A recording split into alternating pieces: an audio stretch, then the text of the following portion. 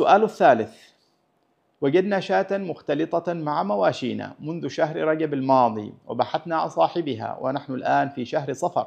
وما زالت معنا، فكيف نتصرف بها؟ أما إن كنتم لم تجدوا لها سبيلا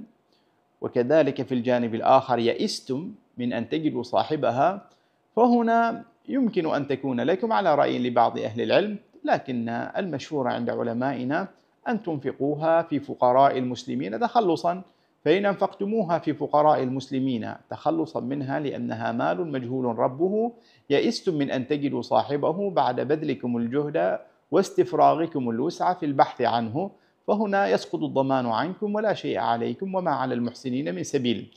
أما إن انتفعتم بها على الرأي الآخر الذي يجيز لكم الانتفاع بها بعد أن استفرغتم الجهد في البحث عن صاحبها،